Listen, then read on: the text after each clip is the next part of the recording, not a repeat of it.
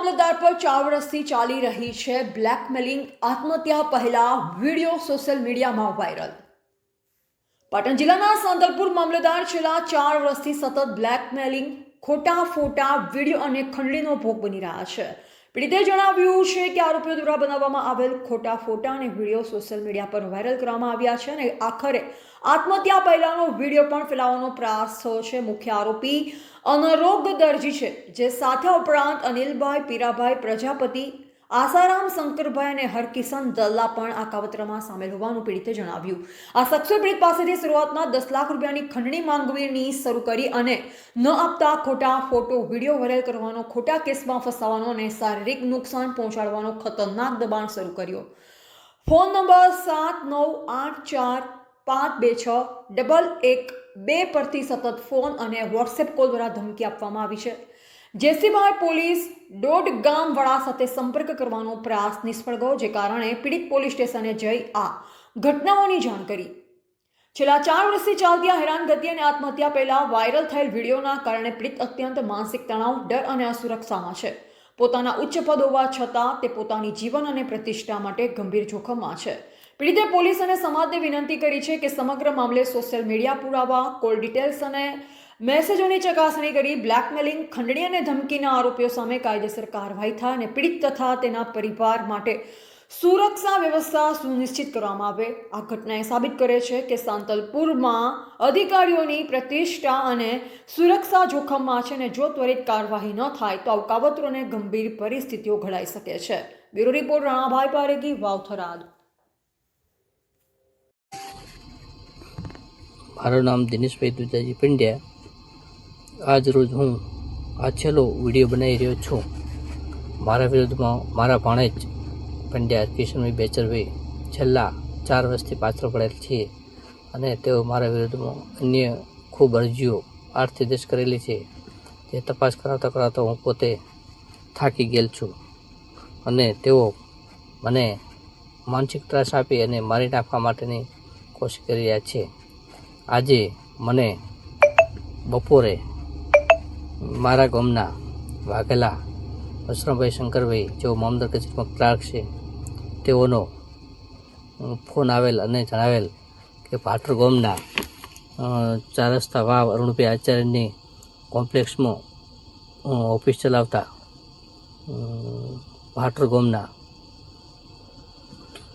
ગોહિલ તુલસીભાઈ અને ગોહિલ અનિલભાઈ મને બોલાવી તમારા ફોટા એમના પાસે છે અને તમને બોલાવે છે અને તમે એમના પાસે સમાધાન કરી લો। એના પછી મેં અંતરપેટે જાણવા મળ્યું કે દરજી મોહનસિંહભાઈ ગોભાઈ, તેમની દીકરી સોનલબેન, અનિલભાઈ પ્રજાપતિ અને મહારાજ આસારામભાઈ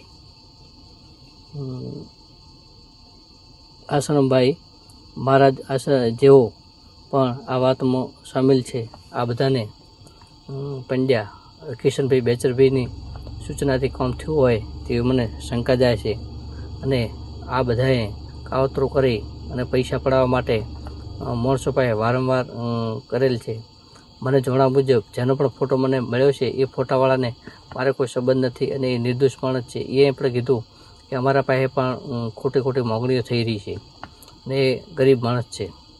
અને સાંજે 6:15 મારા ઉપર એક છેલ્લે 112 નંબર મોબાઈલ નંબર હતો અને જેવું નામ જણાવતા હતા, કિરણભાઈ નામ છે મારું, અને તમારા ફોટોનું શું થયું છે અને તમે મારા પાસે આવી જાઓ, 20 લાખ રૂપિયા લઈ નાખા સવારના તમારા ફોટા વાયરલ કરી અને તમને જીવવાનું દઉં એવું કહેલ। આ બાબતે મેં તરત જ વાવ પોલીસ સ્ટેશનની અંદર જેસીભાઈ જમાદારને ફોન કરેલ, જેઓ દોડગામ રજા ઉપર હતા। મારો પાસેથી નંબર લીધેલો અને એ ફોન ઉપર પોતે વાત કરતા ફોન ઉપાડેલ નહીં અને એ ભાઈના મારા વોટ્સઅપ કોલમાં 4 વખત વોટ્સઅપ કોલ આવેલા છે અને તેઓએ ફોટા મૂકીને તરત ડિલીટ કરી દીધા છે। 1 જ સેકન્ડ દેખાય તે અને તેઓ વારંવાર માગણી કરતા હતા।